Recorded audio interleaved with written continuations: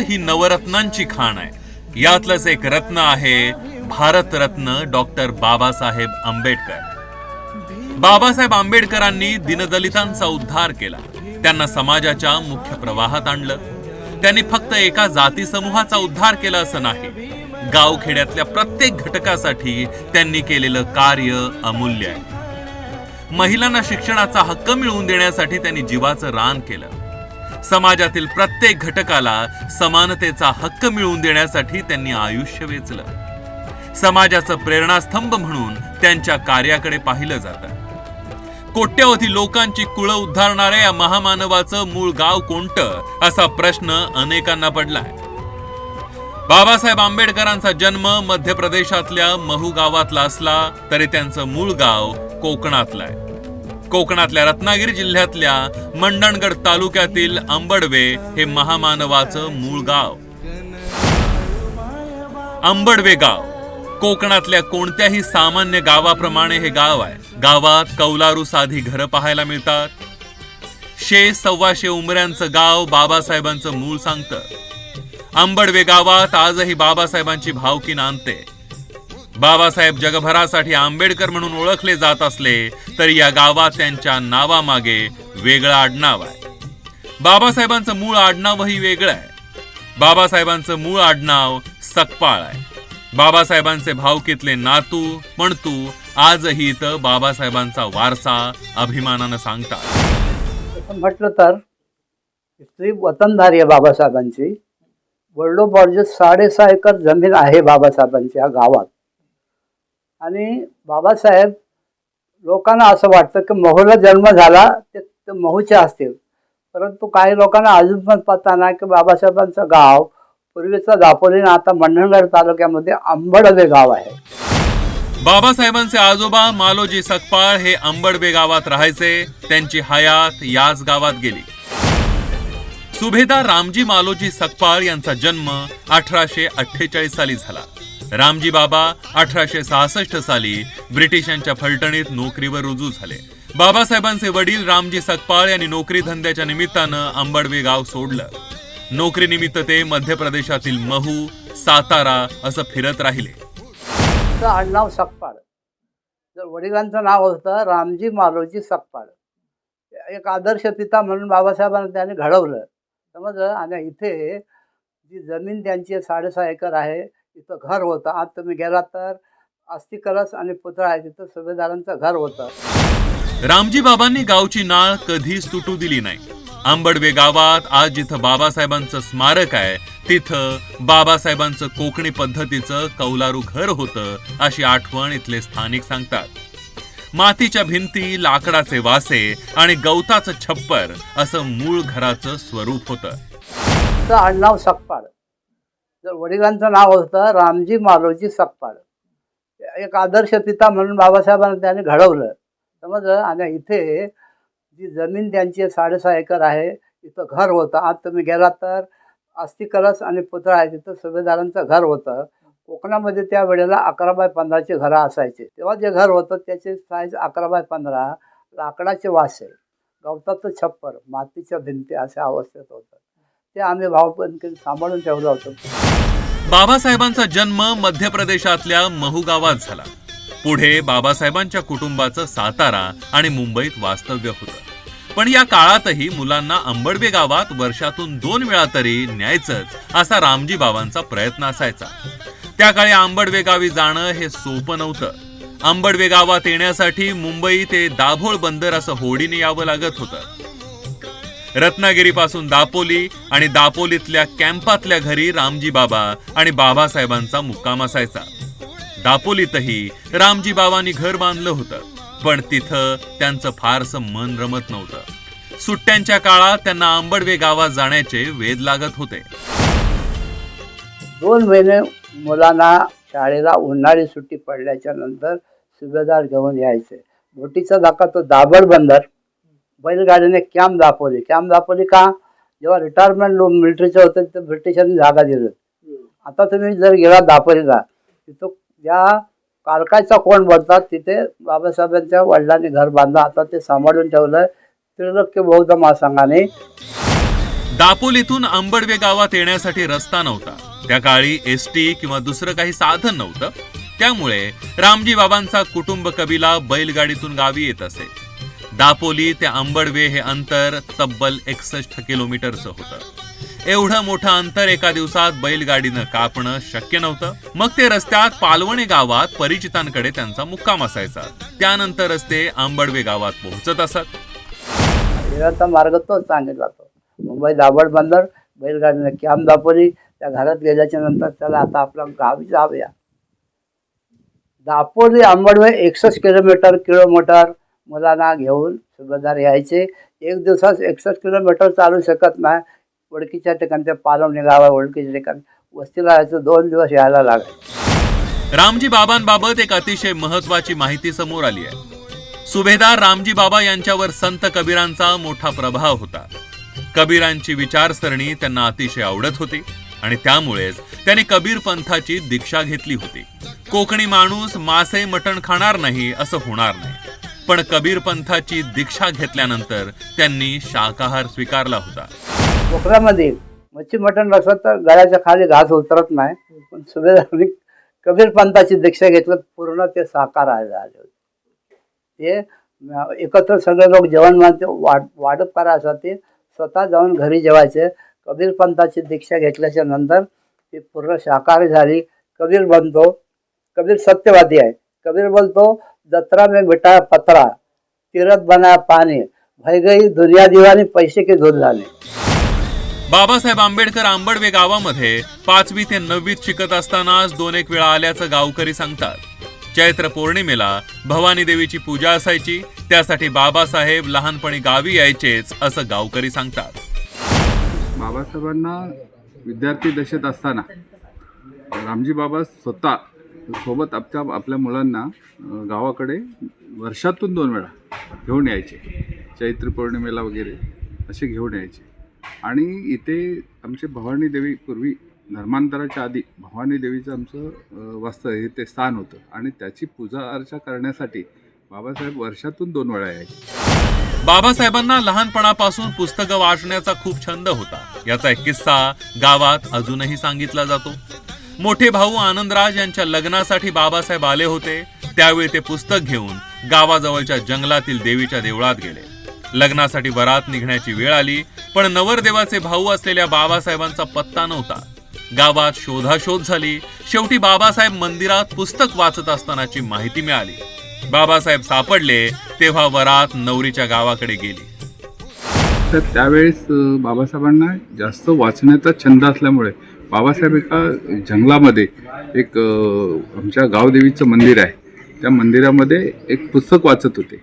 आणि आमच्या इकडच्या गावच्या महिला शेतीच्या कामानिमित्त तिकडे खाली गेल्या होत्या आणि तिला विचारणा केली की इथून एक मुलगा गेला, दिसला का? तर ती म्हणाली त्या देवळामध्ये आहे. तर मग सर्व धावाधाव, नवरा मुलगा वरात निघायच्या वेळेस बाबासाहेब कुठे दिसले नाही. मग भिवा करताना सर्व भिवा त्यावेळेस म्हणायचे आणि बाबासाहेबांना शोधाशोध चालू झाली होती. आणि मग बाबासाहेबांना त्या देवळातून घेऊन आले. बाबासाहेब समाजकारणात जसे व्यस्त झाले तसं या घराकडे त्यांचं दुर्लक्ष झालं. अगदी स्वातंत्र्यानंतरच्या काळातही आंबडवे गावातलं त्यांचं कौलारू घर अस्तित्वात होतं. अशा आठवणी जुने जाणते सांगतात. पण पुढे त्या घराच्या देखभालीकडे दुर्लक्ष झाल्यानं ते घर जीर्ण होत गेल्याचं गावकरी सांगतात.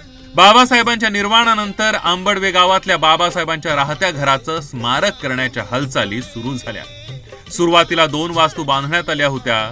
एका वास्तूत बाबासाहेबांचा अस्थिकलश आणि दुसरी बुद्ध विहाराची वास्तू होती. सुरुवातीच्या काळातली स्मारकं अतिशय छोट्या स्वरूपात होती. तर अशी परिस्थिती आहे की हे मोकळं घर जी जागा आहे तिथं बुद्धविहार बांधला. त्याचं उद्घाटन 8 फेब्रुवारी शुक्रवार माघी पौर्णिमा 1963 झालं. ते भंते होते यू वज्रबुद्धी. पालीमध्ये MA1 गोल्ड मेडल मिळवलेले भंते ब्रह्मदत्त होते. बाबासाहेबांचे चिरंजीव यशवंतराव आंबेडकर, त्यांना भैयासाहेब आंबेडकर बोलतात, त्याने तो अस्थिकलश राजगडावरून आणलेला आहे तिथे आणि तो तिथे त्याची स्थापना झालेली आहे. बाबासाहेबांच्या आंबडवे गावात आज बाबासाहेबांचं स्मारक आहे. या विहारात बाबासाहेबांचा अस्थिकलश आपल्याला पाहायला मिळतो. बाबासाहेबांच्या मूळ गावाच्या शोधात हजारो भीम अनुयायी या गावात येतात. बाबासाहेबांचं मूळ ज्या गावात आहे, बालपणीच्या गावात बाबासाहेबांचे पाय लागले होते ते गाव तीर्थस्थळापेक्षा कमी नाही. बाबासाहेबांच्या मूळ गावात त्यांच्या कार्याला साजेचं स्मारक असावं असं स्थानिकांना वाटतंय. विचारांचं या ठिकाणी स्मारक झालं पाहिजे. त्यामध्ये ग्रंथालय असायला पाहिजे, लायब्ररी असायला पाहिजे, जेणेकरून या ठिकाणी बाबासाहेबाला शोभेल अशा प्रकारचं IAS ऑफिसर, त्याचप्रमाणे MPSC सारखे अभ्यासक्रम या ठिकाणी या ग्रंथालयाच्या माध्यमातून मुलं येऊन या ठिकाणी वाचन करते आणि या गावातून गावाला एक वेगळं ऐतिहासिक महत्त्व आहे आणि त्याच्यानुसार स्फूर्ती घेऊन, आणि म्हणून या गावाचं नाव आहे स्फूर्तीभूमी आंबडवे. स्फूर्ती घेऊन मुलं या ठिकाणी भविष्य आपल्या या ठिकाणी घडवतील. बाबासाहेबांच्या कुटुंबानं आजही त्यांच्या आंबडवे गावाशी नाळ तोडलेली नाहीये. आंबडवे गावातील आपल्या कुटुंब कबिल्याशी आंबेडकर कुटुंब संपर्क साधून आहे. आंबेडकरांनी आपल्या 6 एकर जमिनीवर आंब्याची बाग फुलवली आहे. एक घरही बांधलंय. त्या घराकडे आनंदराज आंबेडकर आणि प्रकाश आंबेडकर संपर्क साधून असल्याचं गावकरी सांगतात. आणि आनंदराज आंबेडकरांची ताब्यात आहे. 30 वर्षापूर्वी त्यांनी बंगला बांधला. 300 हापूस कलमाची झाडं लावल्यात. अजूनमधून ते मोर आला का बघायला येतात. म्हणजे सगळ्यांचा या गावाशी संपर्क आहे. प्रकाश साहेब, त्यांची पत्नी, त्यांचा मुलगा आनंदराज, त्यांची पत्नी, त्यांची 2 मुलं, भीमराव साहेब, त्यांची एक मुलगी पत्नी, अधूनमधून सगळ्यांचा या गावाशी संपर्क आहे. बाबासाहेब आंबेडकरांचं मूळ गाव जरी आंबडवे असलं तरी त्यांचा जन्म हा काही आंबडवे गावातला नाहीये. बाबासाहेबांचा जन्म 14 एप्रिल 1891 रोजी मध्य प्रदेशातल्या महू गावात झाला. रामजी बाबा हे लष्करातल्या नोकरीत होते. 1889 ते 1894 या काळात त्यांची नेमणूक महू गावी असताना बाबासाहेबांचा जन्म झाला. बाबासाहेब 3 वर्ष महू गावात राहिले. बाबासाहेबांचा जन्म ज्या लष्करानं दिलेल्या घरात झाला त्याचा शोध 1971 साली घेण्यात आला. भंते धर्मशील यांनी बाबासाहेबांच्या जन्मगावी उचित स्मारक बांधण्याचा संकल्प सोडला. 2008 साली सध्याचं जे स्मारक आहे ते मूर्त स्वरूपात आलं. 1894 साली रामजी बाबा लष्कराच्या नोकरीतून निवृत्त झाले. ते कोकणातल्या कॅम्प दापोलीतल्या आपल्या घरात राहण्यासाठी आले. बाबासाहेब वयानं लहान असल्यानं तिथल्या शाळेत त्यांना प्रवेश मिळाला नाही. बाबासाहेब 5 वर्षांचे झाले असताना रामजी बाबा नोकरीच्या निमित्तानं साताऱ्याला आले. साताऱ्यातल्या याच घरात बाबासाहेब पुढची काही वर्ष राहत होते. बाबासाहेब त्यावेळी ज्या वास्तूत वास्तव्य करत होते ती वास्तू तशीच आहे. या वास्तूच्या आवारातील प्रचंड वृक्षालाही कदाचित बाबासाहेबांचा सहवास लाभला असावा. बाबासाहेबांच्या या घराची मालकी खासगी व्यक्तीकडे आहे. सरकारने या वास्तूचा ताबा घ्यावा आणि तिथं स्मारक बांधावं यासाठी अनेक आंदोलनं झाली, पण त्याला अजूनही यश आलेलं नाहीये. न्यायालयीन लढाईत हे स्मारक अडकल्यानं ते स्मारक अजूनही झालेलं नाहीये. 14 साली संपादनाची कारवाई पूर्ण केलेली आहे आणि त्याच्यासाठी लागणारा निधी हा जिल्हाधिकारी यांच्या नावे ट्रेझरीमध्ये पडून आहे. परंतु त्यावेळच्या कलेक्टर साहेबांना संबंधित इस्मानी 8 दिवसाची लेखी विनंती करून आम्हाला 8 दिवस मुदत द्या, आम्ही आमच्या स्वखुशीनं काढून घेतो असं अंडरटेकिंग देऊन लिहून दिल्यामुळं खरं तर जिल्हाधिकाऱ्यांनी त्यांना 8 दिवसाची मुदत दिली. त्या 8 दिवसाच्या मुदतीची संधी साधून त्यांनी पावसाळ्याचं कारण दाखवून हायकोर्टामधून त्याला स्थगिती मिळवली. याच घरापासून काही पावलं अंतरावर असलेल्या राजे प्रतापसिंह हायस्कूलमध्ये 7 नोव्हेंबर 1900 मध्ये बाबासाहेबांनी प्रवेश घेतला. बाबासाहेबांचं मूळ आडनाव सकपाळ असतानाही गावाचं नाव लावावं म्हणून भीमराव आंबवडेकर असं नाव शाळेच्या मास्टरवर लिहिण्यात आलं. पण आंबवडेकर हे नाव उच्चारण्यासाठी थोडं आडनिडं वाटत असल्यानं शाळेतले एक शिक्षक कृष्ण आंबेडकरांनी त्यांचं आडनाव आंबेडकर लावण्यास सुचवलं. त्या दिवसापासून भीमराव सकपाळ आंबवडेकर भीमराव आंबेडकर झाले. 1904 मध्ये बाबासाहेबांनी 4थीची परीक्षा पास केली. त्यानंतर बाबासाहेब मुंबईला आले. ही शाळा ही ऐतिहासिक अशा राजवाड्यावर त्या इमारतीत भरते आणि राजवाड्याची इमारत ही अनेक वर्षापूर्वीची आहे, त्यामुळं जुनी झालेली आहे.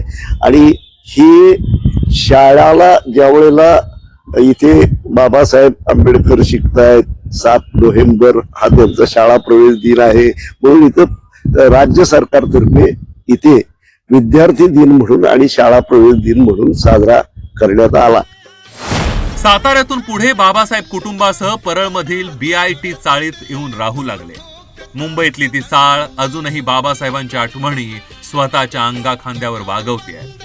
चाळीतली खोली क्रमांक 50 आणि 51 या 2 खोल्यांमध्ये बाबासाहेबांचा संसार सुरू होता.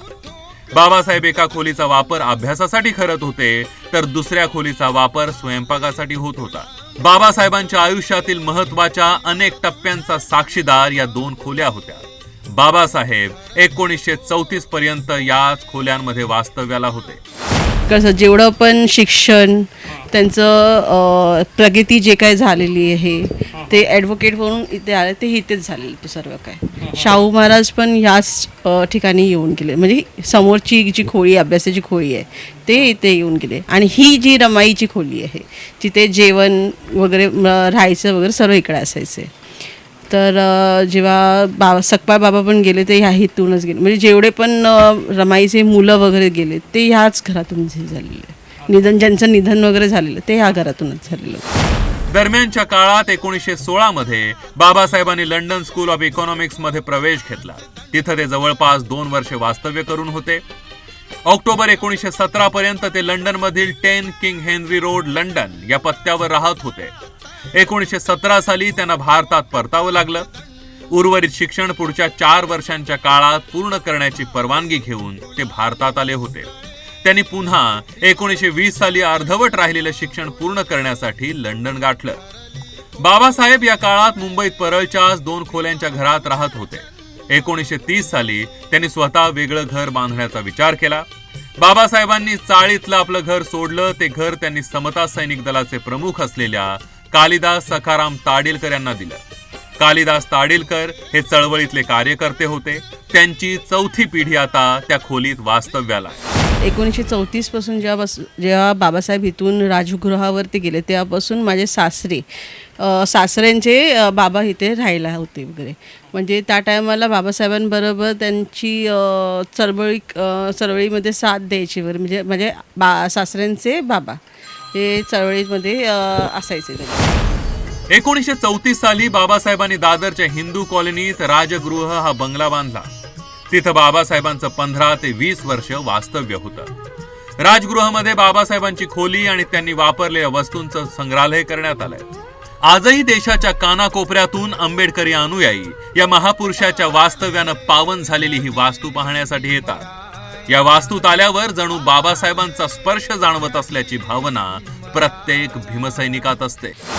अनुभव म्हणजे आता बाबासाहेबांची स्टडी रूम आहे, अभ्यासाची खोली आहे. बाबासाहेबांना जे लोक भावनिक होऊन येतात इथे या ठिकाणी पूर्ण भयंकर त्यांचे एकदम हे होतात आणि मग नतमस्तक होतात. हे बाबासाहेबांच्या रमाईने सगळी भांडी यूज केलेली आहेत. हे फ्लोरिंग तेव्हाचं आहे. भैयासाहेबांचा इथे तस्वीर आहे, फोटो आहे. तिथं बाबासाहेबांची ह्याची वेटिंग रूम आहे. ह्या सगळ्या गोष्टी आहेत अनुभवी. आणि इथं लोक जी येतात आमची. महामानव डॉक्टर बाबासाहेब आंबेडकर यांनी एका समाजाचा उद्धार घडवून आणला. बाबासाहेबांचं मूळ गाव कुठे आहे, त्यांचं मूळचं आडनाव काय आहे हे अनेकांना माहीत नाही. देशाच्या राज्यघटनेचे शिल्पकार असलेल्या महामानवाचं गाव सामान्यांना माहिती व्हावं यासाठी हा प्रपंच.